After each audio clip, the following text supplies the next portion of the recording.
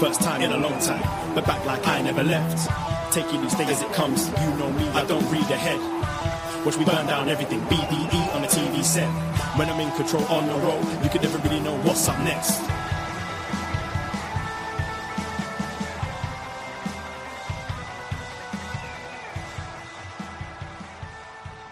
Hello. Hello, hello, hello.